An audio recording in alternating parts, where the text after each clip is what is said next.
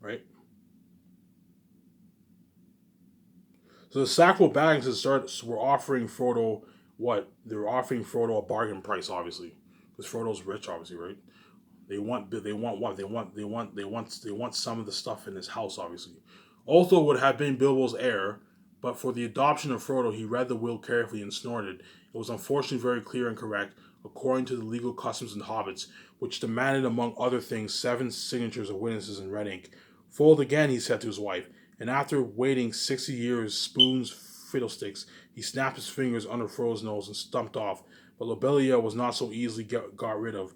A little later, Frodo came out of the study to see how things were going on, and found her still about the place, investigating nooks and corners and tapping the floors. He escorted her family off the premises after he had relieved her of several small but rather valuable articles that had somehow fallen inside her umbrella. Her face looked as if she was in the throes of thinking out a really crushing party remark, but all she found to say, turning round onto the step, was, "You'll live to regret it, young fellow. Why didn't you go too? You don't belong here. You're no Baggins. You're a brandy buck." Because remember, Frodo is half brandy buck, obviously, right? Remember that he's half part of the brandy buck family, obviously.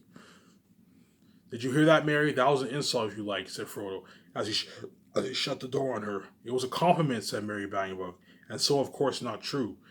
Then they went around the hole and evicted 3 young hobbits, 2 boffins and a balger, whatever it is, who were knocking holes in the walls of one of the cellars. Frodo also had a tussle with young Satchel Proudfoot, old Odo Proudfoot's grandson. I'm sweating here like crazy, man. Right?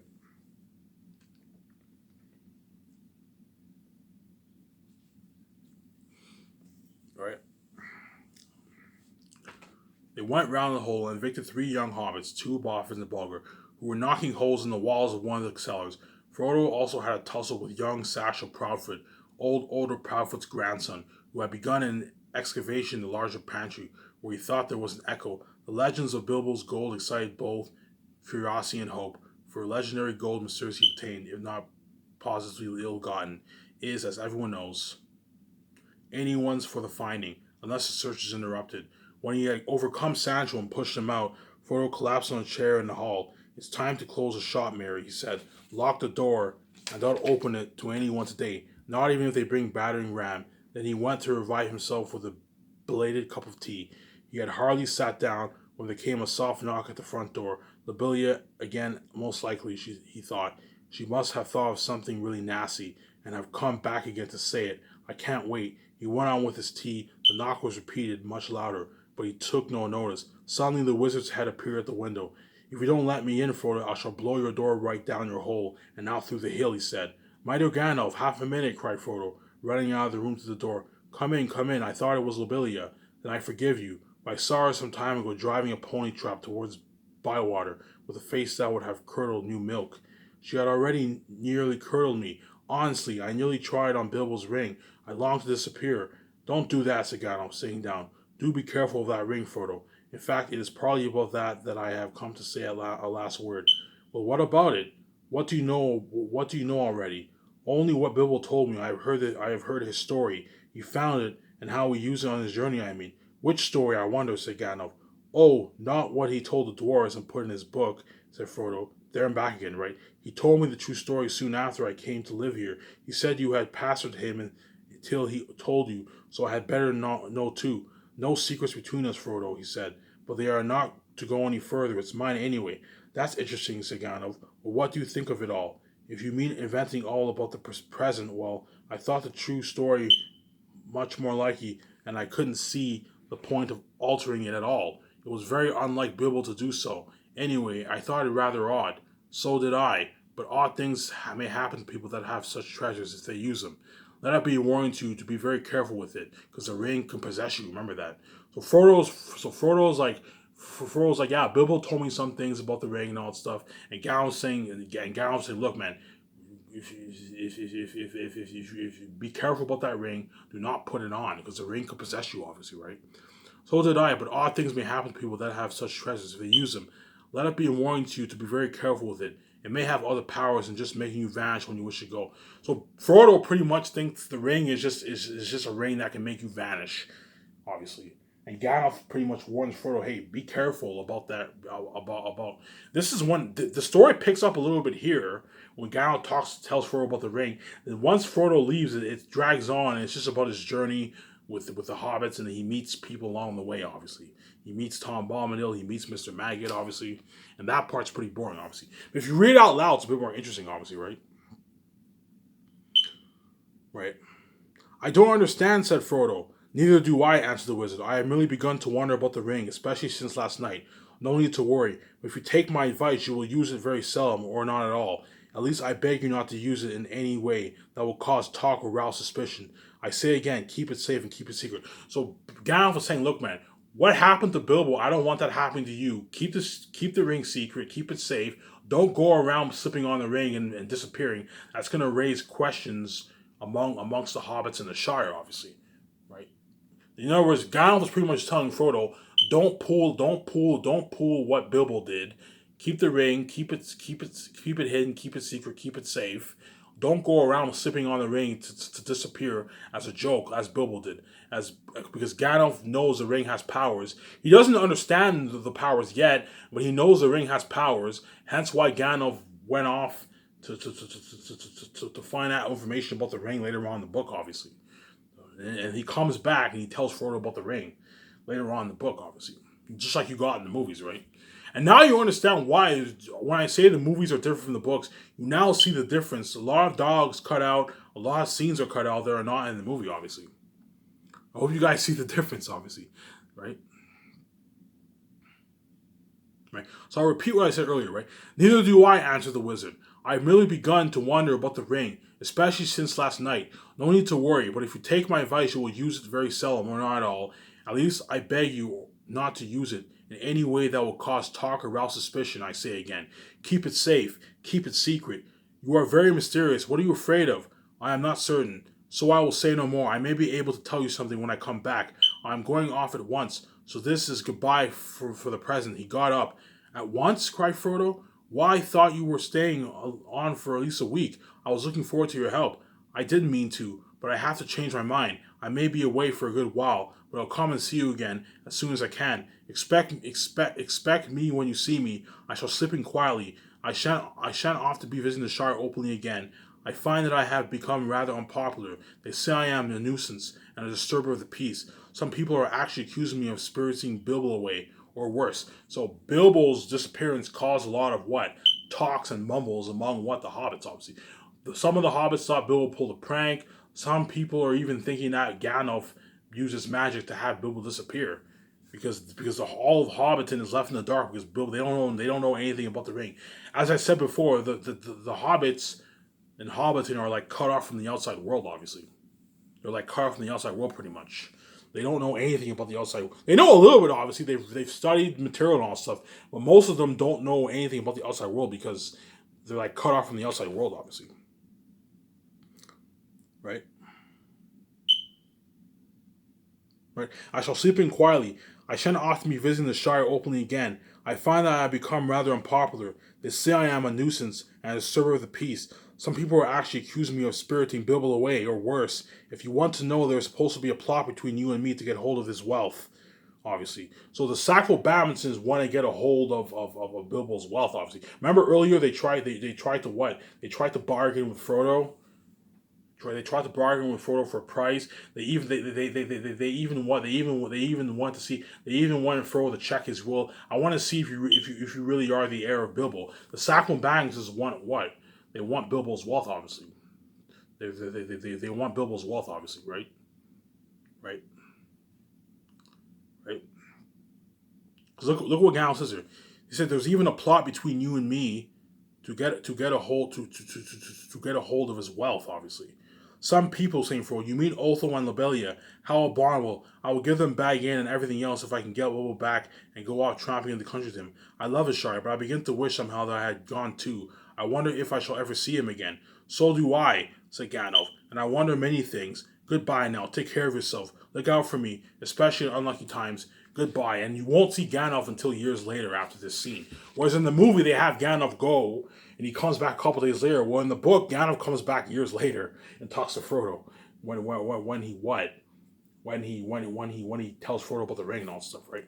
To end off chapter 1, Frodo saw him to the door. He gave a final wave of his hand and walked off at surprising pace. But Frodo thought the old wizard looked unusually bent, almost as if he was carrying a great weight. The evening was closing in, and his cloaked figure quickly vanished into the twilight. Frodo did not see him again for a long time. When I mean long time, you don't see Gandalf until like years later.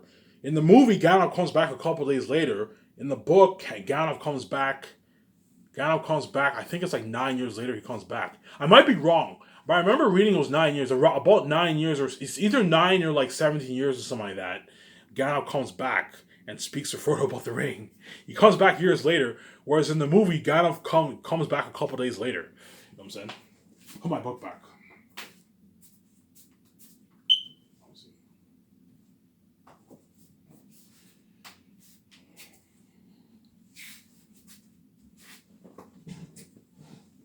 So to summarize this half of chapter 1, pretty much this second half of chapter 1 is pretty much. So Bilbo has a party, right? He puts on the ring. He disappears. Everyone wonders where he is. They thought he pulled a prank on them. Frodo thought Bilbo pulled a prank on them. Bilbo goes home. Obviously, he packs up. He packs up to leave because he wants to go on an adventurous journey. Obviously, he wants to leave the Shire. Gandalf meets him, obviously, and he tells Bilbo that he should leave the ring to Frodo. Bilbo says he'll leave everything behind to Frodo, and he also told Gandalf he'll leave the ring to Frodo.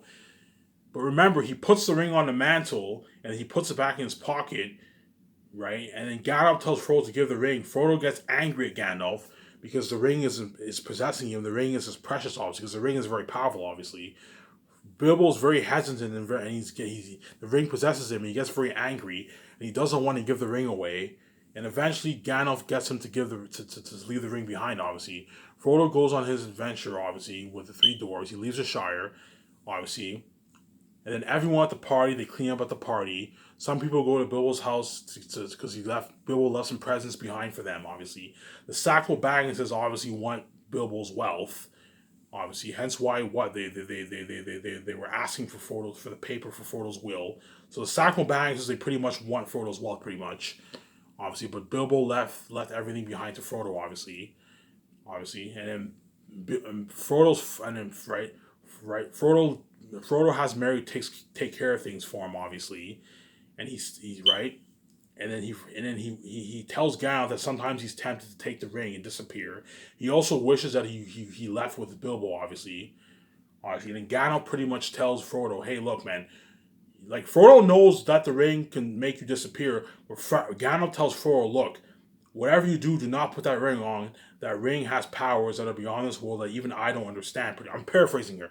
The ring has powers beyond this world that even I don't understand. Obviously, whatever you do not put that ring on because the ring is powerful and it can corrupt you. Obviously, just like in the movies, obviously. I'm paraphrasing here, obviously. I'm not saying I don't remember everything word to word what I wrote, but I'm paraphrasing. Gandalf told Frodo, look, man, wherever you do not put that ring on, okay, that there's powers, that ring has powers beyond this world that I do not understand. Hence why he went to go and get information. And pretty much Gandalf ends up leaving what? Gandalf ends up leaving the Shire to go get information, obviously. And he leaves Frodo in the Shire. And that pretty much ends chapter 1. So the first half of chapter 1 is the lead up to Bilbo's party. And the second half is when Bilbo disappears and he goes to his home. He confronts Gandalf, obviously. He's hesitant to give up the ring. Gandalf tells Bilbo to leave the ring behind, obviously. Bilbo leaves with the three dwarves. And then everyone cleans up at the party, whatever it is.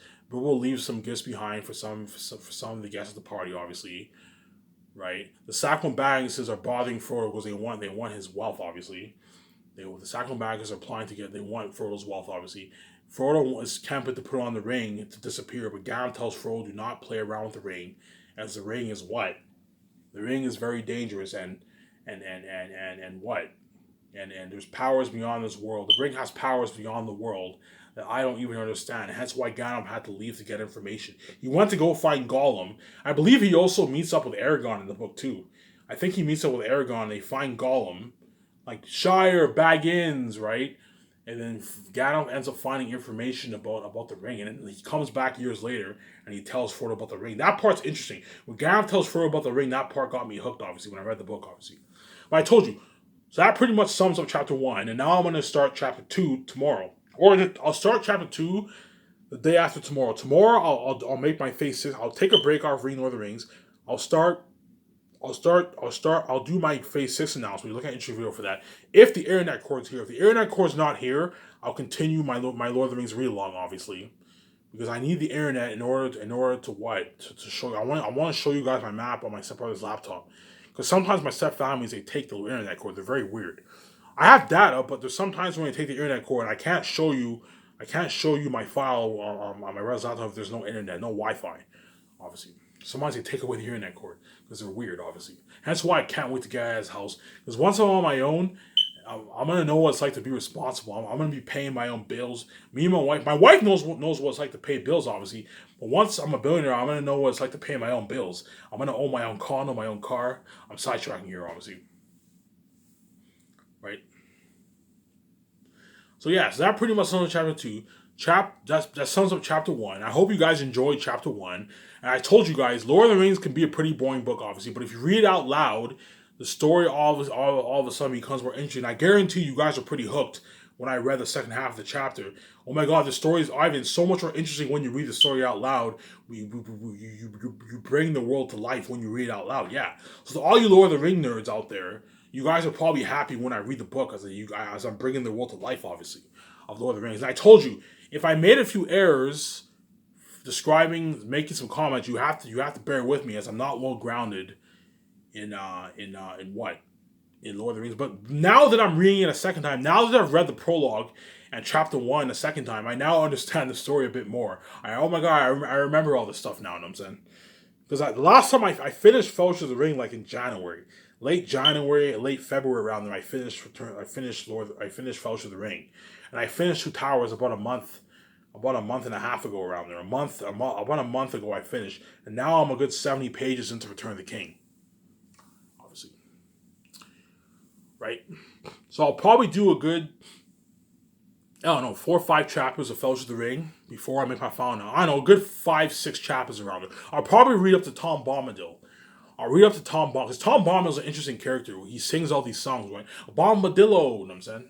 Tom Bombadillo, Bombadillo, Bombadillo, you know what I'm saying? It's actually funny. He sings all these songs, obviously. The songs are pretty annoying in the book, but if you read out loud, it's actually more interesting when you read out loud, when you sing the songs, obviously. Right? Yeah, so I have a good, 23 minutes after my phone. So I can babble on for 23 more minutes. I'll talk about other stuff. I'll sidetrack. I want to make this real longer so it's more interesting, obviously. Because I'm pretty sure you guys like it when I talk, obviously, about other stuff. It's more interesting, obviously. And I hope you guys are enjoying my read-along of Lord of the Rings. And to all you guys who haven't read the book, if you guys haven't read the book, at least you guys got a gist of the prologue in chapter 1. I finished chapter 1. I finished the prologue. You guys get an idea of what the prologue in chapter 1. Chapter 1 is the history of the hobbits, obviously. And the prologue is pretty much about Bilbo's birthday, obviously. And now we're moving on into chapter 2, obviously. I forget what chapter 2 is about. Chapter 2, I forget what it's about. I forget. I told you I'm not born with big USB. I even forget what chapter 2 is about. I remember Tom Bombadil. I remember Mr. Maggot. I remember when Sam, Merry, and Pippin meet Merry along the way. Obviously, I remember that. You know what I'm saying? I remember the Council of Ron. I remember the flight to Ford when he confronts the ring race with Glorfindel and all that. I remember that, but I forget what happened in chapter 2. What was chapter 2 again? Shadow of the Past was chapter 2. But I forget what chapter 2 is about. Obviously. Right? Obviously. Right, so to all you Lord of the Rings fans, I hope you guys are enjoying my Lord of the Rings series. You guys are obviously enjoying my series because there's nothing cool in reading a book out loud. Ivan O'Mara reading my favorite book out loud, obviously. Because these Lord of the Rings fans, Lord of the Rings is like their favorite book. There's nothing cool in Ivan O'Mara reading the book out loud and bringing the characters to life. Because when you read the book's pretty boring. When you read it out loud, it brings the world to life, obviously. Just like the movies brought the world to life. When I read it out loud, I'm bringing the characters more to life because I'm reading out loud, obviously. Right?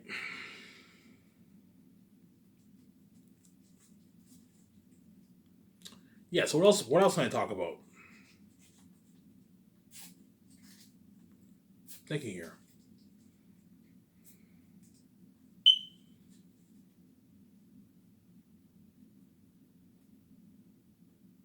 Yeah, I'm gonna say this, okay? If you're expecting my Last Hope for Zane's book to be as professional as a traditional publishing book, you're gonna be disappointed. As my book, will be professional, but it will not be as professional as what? It will not be as professional as a traditional publishing book, as I did everything myself. Because Microsoft Word is professional, obviously. Professional enough. Remember I said in my other video, Microsoft Word, you can format your book on Microsoft Word if you want to. Your book will still look professional, obviously. Will still look professional. But if you're expecting to not if you're expecting my book to not have any typos, you're gonna be disappointed, as my book will have a few typos, as I have to proofread everything myself, as all the doors are locked on me, as I can't even get my book proofread. If I can't get my book formatted, I obviously can't get my book proofread. Hence, I have to do everything myself. It's good because I don't have to worry about the copyrights. I can keep all my rights. Obviously, I format my book on Microsoft Word. Everything is professional enough, but like everything might not be aligned like perfectly, but still everything is still professional. I aligned everything well, but you might find a few different adjustments, different adjustments for the alignments, obviously. So it's aligned. It's formatted well, but it's not like perfect. It's not like a perfect book like if you were to traditionally publish, obviously. And please keep in mind, I have to do everything myself. You have to keep that in mind. I have to do everything myself, obviously. So don't expect my book to be like traditionally published, to be like a traditionally published, to be like a traditionally published book. It will not be like a traditionally published book. It would have been very, very professional had I had that formatting company for my book for me. Because the doors are locked on me, I have no choice. I have to do it myself.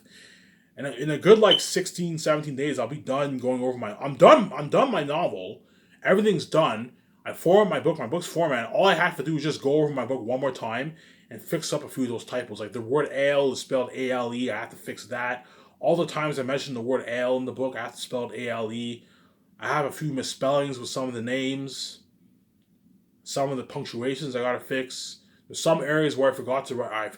There's some areas where I forgot to put a period. I have to carefully go over my book and fix that. That way my book is professional as I can.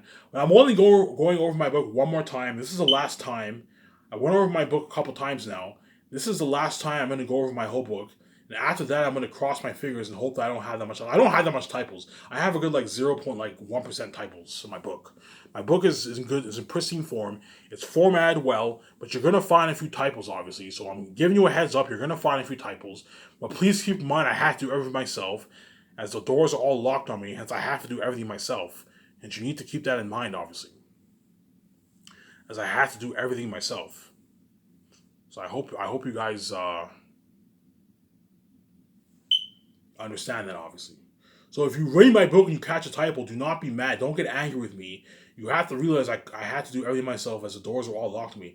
Yeah, Ivan, we understand. Ivan has to do everything himself because all the doors are locked to him. The step families won't even let another company forward my book for me, obviously. And if that they won't let me forward my book, they obviously won't let me proof my book. Hence, I have to do everything myself. At the same time, you have to watch it for the copyright laws, and some people could go after you.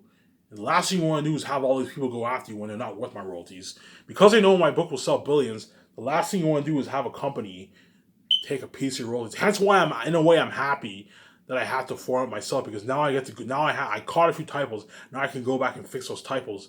At the same time, I know I have total control over my novel, as no one's worth my royalties. Not even the step families are worth my royalties. The step families are billionaires. Yeah, they're billionaires, but even they're not worth my royalties, because they're not the son of God. If they wrote a book, they wouldn't make billions of dollars. They'd probably make, I don't know. Yeah, you're the gatekeepers, but you're not worth my royalties. No one's worth my royalties, and they know it. No one around the world is worth my royalties except for VJ. VJ is the only one who's worth my royalties. I'm gonna say that. I don't mean to be an asshole. I'm just saying, no one around the world is worth my royalties. No one's worth my royalties. And there's no way I'm going to put my blood, sweat, and tears into my book, have you lock all doors on me and cause that mess, and then have you take control of my novel. No fucking way, man. No one's taking control of my novel, as it's my book. Yeah, Lulu's taking a percentage of my book sales, obviously, but even then, I'm in taking control of my novel, as I'm going to make a good 60% off my print and 70% off my ebook, only if I self-publish. Whereas if I traditionally publish, then the step founder, I would get like 15% of the royalties, and the step founders will be taking what? The publishing companies will be taking like 85% of my royalties. And no way am I going to put blood, sweat, and tears into my book and have you take 85% of my royalties. No fucking way. At the same time, the publishing house would I lose control of my novel. Hence, if the editors want to change my book, they have every right to change my book, and hence they would ruin my story. I don't want anyone touching my novel. As if someone, I'm not kidding around. If someone changed my story, they would ruin my story. My story is so good. My story is like the almost perfect story. If someone tampered with any section of my story, they can easily ruin the story. Hence why I don't want anyone touching my story. And hence why I'm not selling my rights for my novel, as I don't want to be. Yeah, traditionally published is cool. My book will look more professional. I'll be what? You'll see me on a David. You'll see me on a Jimmy Fallon show. You'll see my wife on Jimmy Fallon show. But yeah, and day, me and my wife will be sharing with the world. My wife's trash, which is fucking gross. She won't see me every time she dreams at night. She won't see me, and me and her will be sharing with the world. She'll get more trash, which is fucking gross because I'm holy, and I'll get more trash. And me and her will be sharing with the world forever. It's hell on earth, obviously. Because you guys won't let me and wife have each other all to yourselves, even though I allow you to have your husbands and wives and girlfriends and boys all to yourselves. But I can't have my wife all to myself. You know I'm God. You guys are fucking crazy people. Hence why I'm not gonna let you dupe like that. As even you may try me with death. I'd rather go through that horror, suffer death. 1 second I'm there, the next second I wake up. I'd rather go through that horror and get my freedom and get a fresh right to myself, get financial control, I'll make my billions, $9 billion, than fucking sell and have a trashy wife and be a dirty slave for the rest of my life. And have you see my glory at the same time and get your full kick out of that? No fucking way, man. I'm not gonna just do like that. I know you guys are pissed off at me because I figured out the puzzle pieces of the game. There's no way in hell I'll let you do like that. There's no way in hell I'm gonna let you cause that mess and then cause more mess in my life by having your wife share. Hence, you're selfish, obviously, because you guys are crazy people. Have a trashy wife, so me and my wife are trash. We don't get the glowing beauty, obviously. Yeah, we'll live forever, but we won't get the glowing beauty. We won't stay young forever because we're trash, obviously. We'll age like everyone else. At the same time, you have control over my finances. At the same time, you see my glory every day. Hence, you guys want your full cake and eating it too because you guys are fucking crazy people. When you dream, you see our flesh. Vijay, at the same time, because we can't see Ivan, Vijay can't see him either. Because you guys want your full cake. You're crazy fucking people, obviously. As no way in hell will I let you do him like that. As I figure out the puzzle pieces of the game, yeah, you're welcome, sweetie. There's no way in hell will I let you dupe me and my wife for that. No fucking way, man. Because if I sold out, yeah, I'd be rich, but me and my wife would only make a good, like, I don't know. Instead of making 9 billion, me and my wife would only make a good, like, billion. A good billion or billion five. So compare a billion five, a shitload of money, obviously. Compare a billion five, compare me selling and making a billion five or billion two, and then the book publishing companies take the rest of the pie, obviously. As well, don't forget your agent takes 10% of that, 50% of that, obviously. Compare that to $9 billion. Compare 1.5 billion to $9 billion. It's a huge difference. At the same time, me and my wife's career will be sabotaged, obviously. The Sometimes will never let us do big budget movies. And even if me and my wife did do big budget movies, even if the step families paid, even if we got paid like $50 million, $20 million per movie, that's nothing compared to how much money we'll be making if we start Sky Source. Compare making, I don't know, $30 million per movie.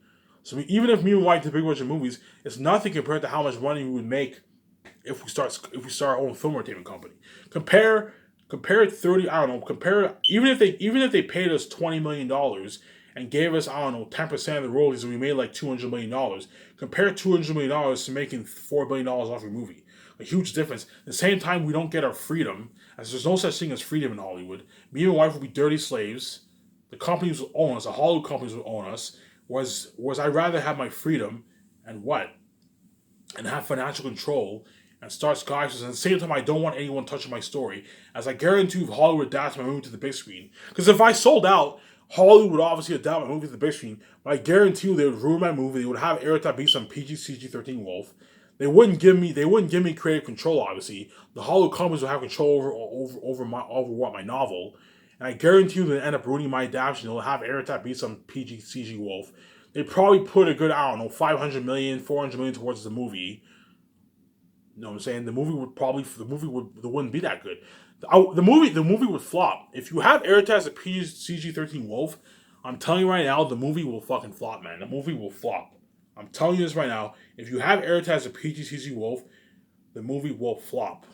That's why I'm not selling rights to a Hollywood company. There's no way in hell am I going to let you lock all doors with me and have me put my blood. I put my blood, sweat, and tears into my Zane's book.